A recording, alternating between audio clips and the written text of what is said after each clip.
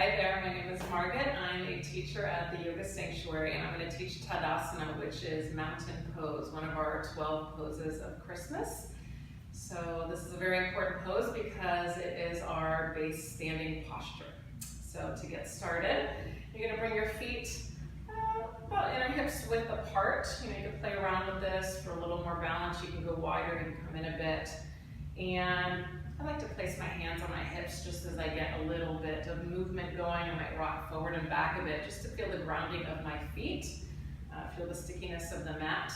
And one thing that I like to do is to actually bend my knees a couple times, because when I do that, I can feel a little more of the ground beneath me. So I'm going to do that a couple times.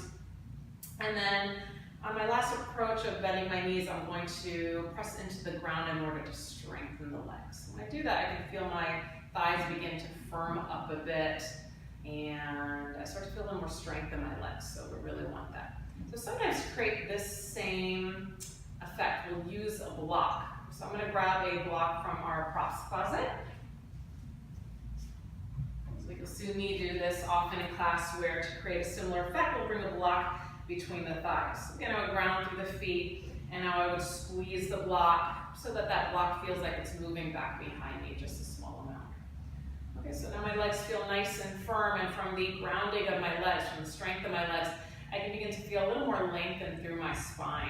So I might just draw my belly in a little bit, I might reach up through the sides of my waist.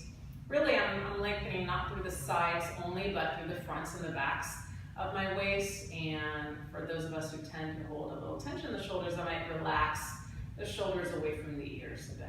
So traditionally I might have the arms down a little bit more, but we often, and I like to bring the palms together in front of the heart. So we can do that if we so choose. And basically we're standing up tall, we're preparing for our other standing postures, and then we stand here and we breathe.